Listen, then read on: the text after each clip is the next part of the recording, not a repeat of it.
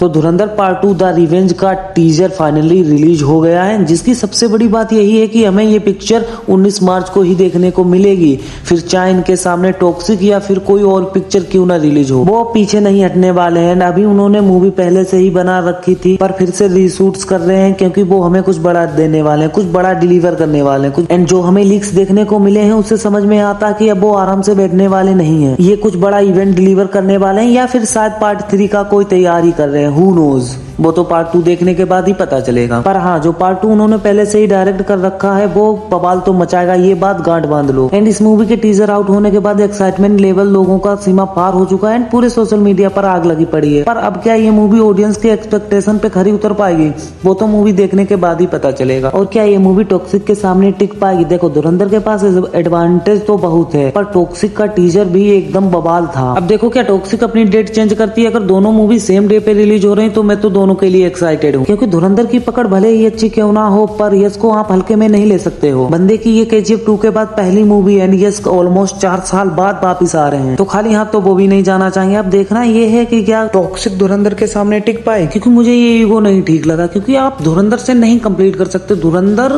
मतलब one of the most highest grossing movie in 2025 and उसका जो क्रेज है वो अलग ही लेवल पे है। आप उसके सामने कंप्लीट कैसे खड़े हो पाएंगे जिस मूवी ने पहले ही इतना बवाल मचा रखा है। एंड आपका भी पहला ही पार्ट आ रहा है, अगर मूवी अच्छी है तो बेशक पैसे कमाएगी, बट धुरंधर थोड़ा अलग लेवल पे खेल जाएगी, क्योंकि धुरंधर के मेकर फुल कॉन्फिडेंस में, उनके टीजर में ज्यादा कुछ था नहीं, वो सिर्फ डेट कंफर्म करने आए थे, क्योंकि धुरंधर पार्ट 1 के अंदर जो आखिर में टीजर था वही आके यहाँ पे पटक दिया। वो बस कंफर्म करने आया कि मैं भी इसी तारीख को आ रहा हूँ, जो करना है कर लो। खैर, अब देखते हैं कि इनमें से कौन सी मूवी को ज्यादा फायदा होता है या फिर दोनों को एडवांटेज मिल सकता है, ये तो 19 मार्च को ही पता चलेगा। और आप अपने ओपिनियन कमेंट्स में जरूर से बताइएगा कि आप कौन सी मूवी देखना चाहोगे। तब तक के देखते रहिए द RJ।